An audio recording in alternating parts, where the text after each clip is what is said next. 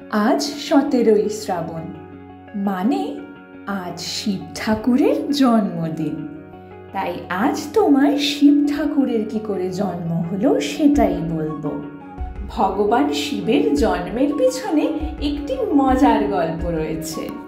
একদিন ব্রহ্মা ও বিষ্ণু মহাবিশ্বে একে অপরের প্রাধান্য ও গুরুত্ব নিয়ে তর্ক করছিলেন।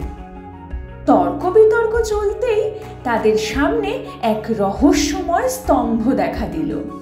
তারা উভয়ই স্তম্ভটি কি তা বুঝতে পারল না এবং ভাবছিল যে তাদের ছাড়া আর কোনো পরম শক্তি আছে কিনা।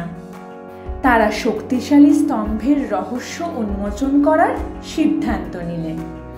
ভগবান ব্রহ্মা একটি হংসে রূপান্তরিত হয়ে স্তম্ভের শীর্ষটি খুঁজে পেতে উপরের দিকে উড়ে গেলেন এবং ভগবান বিষ্ণু একটি শুয়োরে রূপান্তরিত হয়ে মূল খুঁজে বের করার জন্য মাটি খুঁড়তে লাগলেন।